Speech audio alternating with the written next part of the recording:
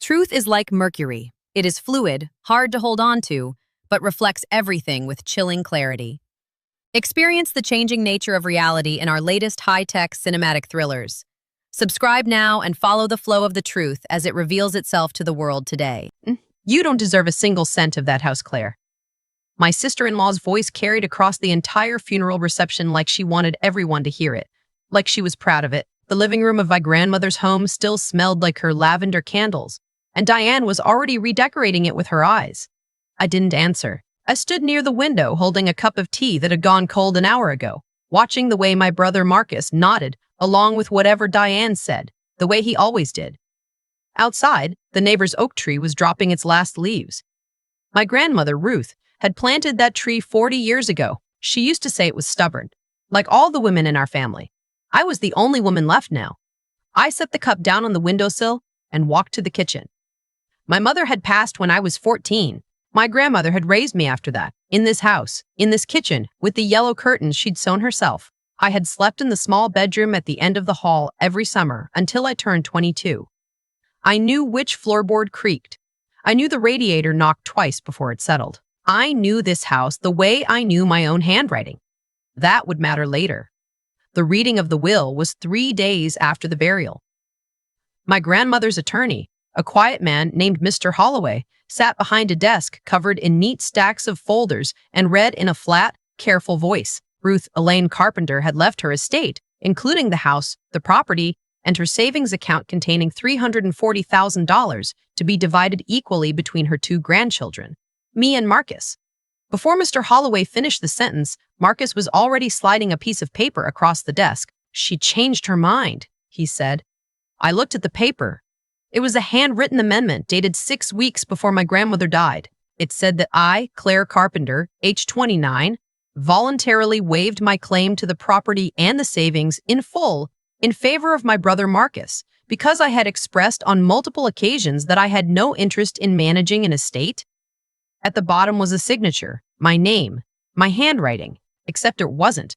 I stared at it for a long time, long enough that the room went quiet, long enough that even Diane stopped rustling her papers. "Is that your signature?" Mr. Holloway asked. I looked up. Marcus was watching me with an expression I had seen before, the look of a man who has already calculated every exit. Diane was looking at her phone. I said, "I need a moment." I went to the bathroom down the hall. I locked the door. I put both hands on the cold porcelain of the sink and looked at my reflection and breathed. I thought about my grandmother sitting in her chair by the window with her reading glasses pushed up on her forehead. I thought about the last real conversation we had, 6 weeks before she was admitted to the hospital, when she had taken my hand and said, "I need you to know that this house is yours as much as it is anyone's. You understand me? You were raised in it." I had not waived anything. I had never said I had no interest in the estate. I had never signed a single piece of paper. I pulled out my phone and took a photo of my own hand. Then I went back to the office and sat down. "Tell me," I said to Marcus, "when exactly did I sign this?" He didn't blink. "A few weeks before she passed. You came by to see her. You told us it was too much pressure, managing property. You signed it voluntarily." I nodded slowly. I let him finish. I said, "Okay." He relaxed. That was his first mistake. "You have to understand what I do for a living to understand why this was the wrong move. I am a digital forensics analyst. I spend my days reconstructing timelines from data, pulling metadata from files, tracing document origins, finding the invisible fingerprints people leave on everything they create. I testify in fraud cases. I train corporate security teams. I have watched people who thought they were untouchable get pulled apart by a single misplaced timestamp. My brother knew I worked in tech. He did not know what that meant. To him, I was the quiet one who stared at screens. He thought tech was the same as helpless. He thought that because I had never raised my voice at family dinners, I did not know how to fight. He confused silence for weakness the way people always do, right up until the moment they don't. I drove home that night and I didn't sleep. I sat at my desk with the photograph I had taken of the amendment document on my second monitor, and I opened my analysis software on the first. I couldn't examine the original paper yet, but I had a copy. And I had something else. For the last 4 years of her life, my grandmother had let me manage her digital accounts. Her email, her online banking, her iCloud backup. She was 78 and she didn't trust computers. So I had set everything up, linked everything, created a shared folder so I could help her without driving 40 minutes every time she forgot a password. Marcus had no idea the access still existed. Why would he? I was just the help. I logged in. Her email archive went back 11 years. I searched my own name first. 412 results. Birthday emails, forwarded recipes, a long thread where I helped her dispute a charge on her credit card. Normal. Expected. I searched the date range Marcus had given me 6 weeks before she passed. I found 3 emails from her to me, 2 from me to her. Dinner plans, a photo of her roses, nothing about the estate. I searched Marcus. I found something on a Tuesday evening, 9:47 p.m. My grandmother had forwarded him a scanned copy of her will, the original one, the equal split. His reply came 40 minutes later. Just one line. We should talk about Claire's situation. I screenshot it. Then I went to the iCloud backup folder. My grandmother had a tablet she used mostly for video calls and crossword puzzles. I had set it to auto backup every night. The backups ran until the day she was admitted to the hospital. Every document she had opened, every photo she had taken, every note she had written, all of it preserved in sequence. I sorted by date and scrolled backward from the day she died. There was nothing in the document folder from the 6-week window Marcus described. No amendment. No new paperwork. She had opened her original will once, read it, and closed it. She had taken 43 photos of her garden. She had played 11 hours of crossword puzzles. She had video called me 4 times and Marcus twice. The amendment did not exist in her files because she had never seen it. Drop a comment right now and tell me. Have you ever looked at someone who was supposed to love you and realized, not with anger, but with this terrible cold clarity, that they had been lying to your face for years, that the person you made excuses for, the person you softened her voice for at every family dinner, had been calculating against you the entire time? I want to know I'm not the only one. I called Mr. Holloway the next morning. I told him I had reason to believe the amendment was fraudulent and that I needed to request a formal handwriting analysis and a full document examination before anything was transferred. He was quiet for a moment. Then he said that was my legal right and that he would pause proceedings immediately. Marcus called me 20 minutes later. You are really going to do this, he said. Over a house? It's not about the house, I said. That's rich coming from you. You haven't even visited in 2 years. That was a lie. I had visited 11 times in the last 2 years. That was a lie. I had visited 11 times in the last 2 years. I had driven 40 minutes each way in February to help my grandmother when the heat went out. I had sat with her for 6 hours in the ER when she fell. Marcus had sent flowers. Diane had sent a card that said thinking of you in a font that looked like it came from a template. I didn't say any of that. I said, I'll see you at Mr. Holloway's office. The silence on the line had a texture to it, like he was recalculating. He hung up. I want to tell you about the document now, because this is where it gets technical, and I want you to follow every step. Mr. Ditt, Holloway arranged for the original amendment to be examined by a forensic document specialist. While that process was underway, I was building my own case from the digital side. The amendment was handwritten, which meant no embedded file metadata on the paper itself, but it had been scanned and emailed to Mr. Holloway from an address I didn't recognize. That was a thread. I requested the email headers from Mr. Holloway's IT department as part of the legal discovery process. Email headers are invisible to most people. They look like a wall of code, but they contain the IP address of the device that sent the email, the timestamp down to the millisecond, and the mail client used to send it.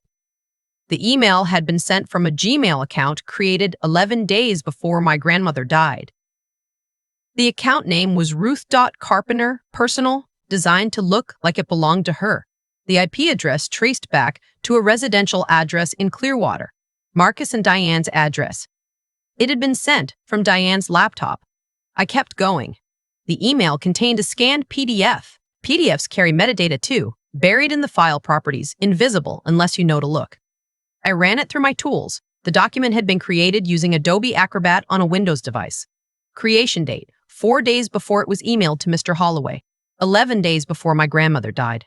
supposedly 6 weeks after she had signed the physical amendment.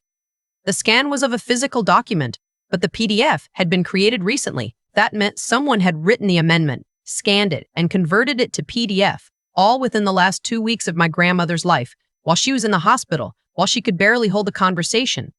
And then I found the last piece. My grandmother had a medical alert tablet the hospital had lent her during her final stay. It was linked to her email for family communication.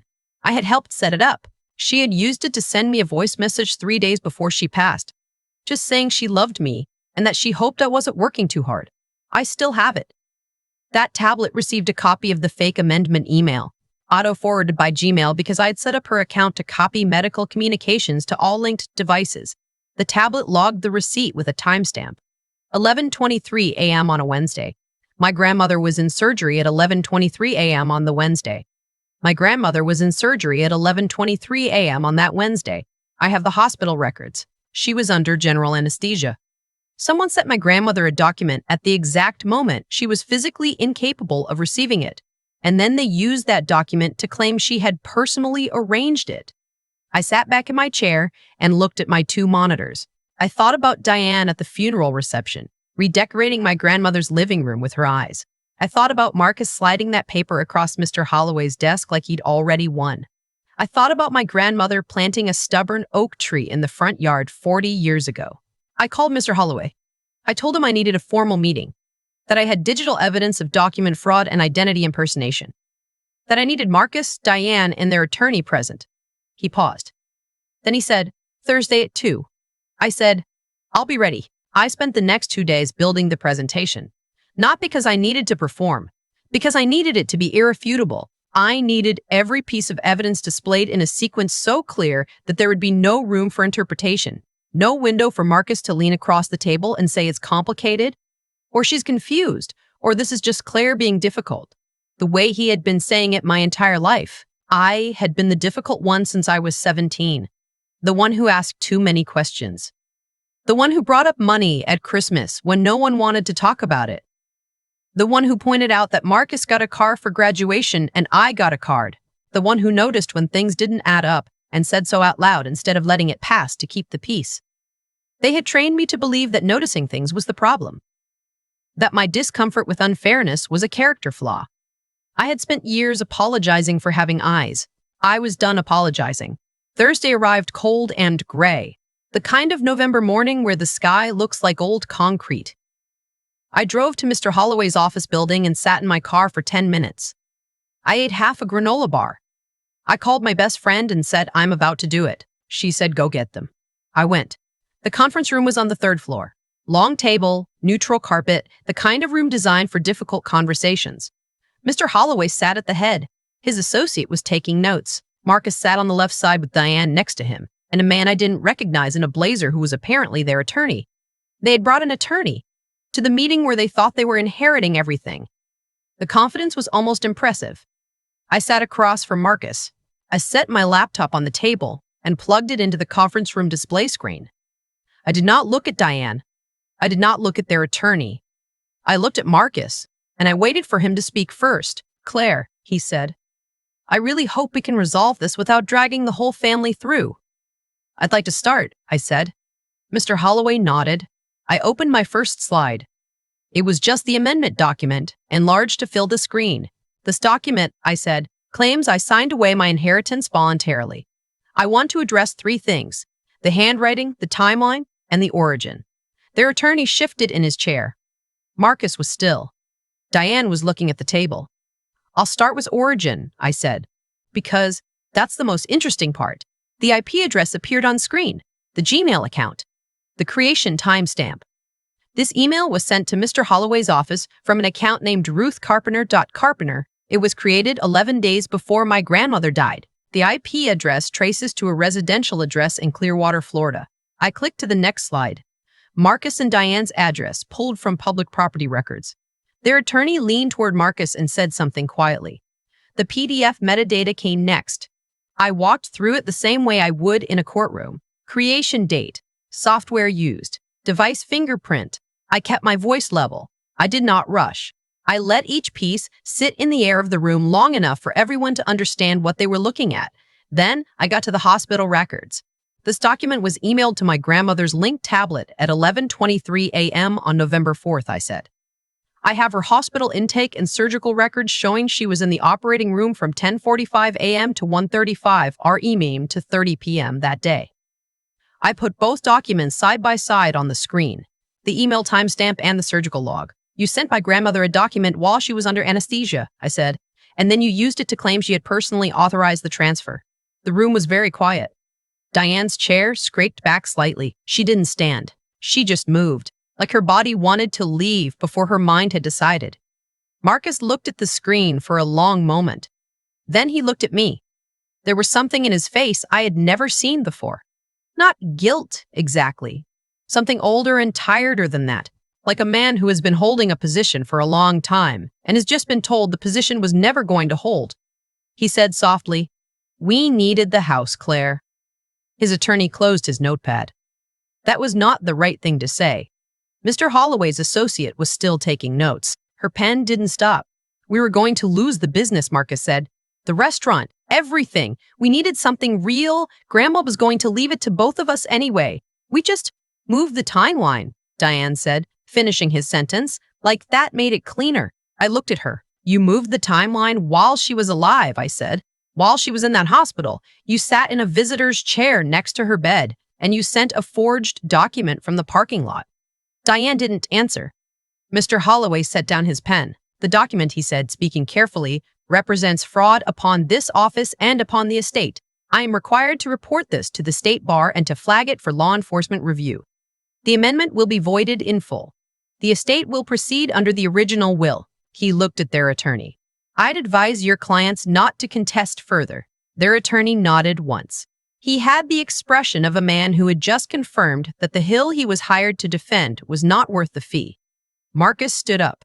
For a moment, I thought he might say something real, something that acknowledged the last 30 years. I thought about being 12 years old in the same brother's car, driving to our mother's hospital for the last time, how he had held my hand in the waiting room, how I had believed then that we were the same team. I thought about all the years I had made myself smaller so the family would feel bigger. All the occasions I had absorbed the word difficult and worn it like it was mine. He didn't say anything real. He picked up his jacket and walked out. Diane followed without looking at me. Their attorney gathered his things in silence and left. The door closed. Mr. Holloway looked at me across the long table. He said, "I'm sorry for what your family put you through." I said, "Thank you for your time." I packed up my laptop and drove to my grandmother's house. I still had a key. I parked in the driveway and sat for a minute looking at the oak tree. It was bare now, all the leaves down, the branches dark against the gray sky. Stubborn, she had called it. I let myself in through the front door. The lavender candle smell was fainter now, fading into the ordinary smell of an empty house. I walked through the kitchen with the yellow curtains and down the hall to the small bedroom at the end. I sat on the edge of the bed. I thought about my grandmother saying, "You were raised in it. You understand me?" I understood now. I understood that the thing I had spent years calling difficult was just another word for honest. That the people who taught me to shrink had reasons for needing me, small. That the skill I had built quietly in code and metadata and invisible architecture was not separate from who I was. It was exactly who I was. It was what she had raised me to be. Someone who noticed when things didn't add up. Someone who said so.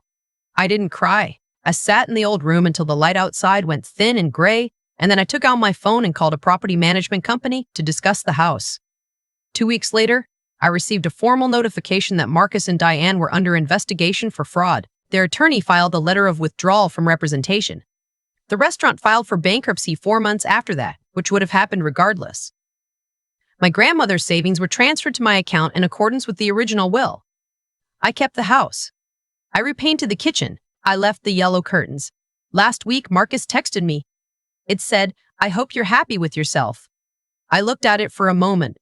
Then I went back to the document I was analyzing for a case in federal court. Some people think forensics is about finding the truth. It's not, exactly. The truth is usually already there. Forensics is just the process of making sure no one can pretend they didn't see it. I pressed my phone face down on the desk and kept working.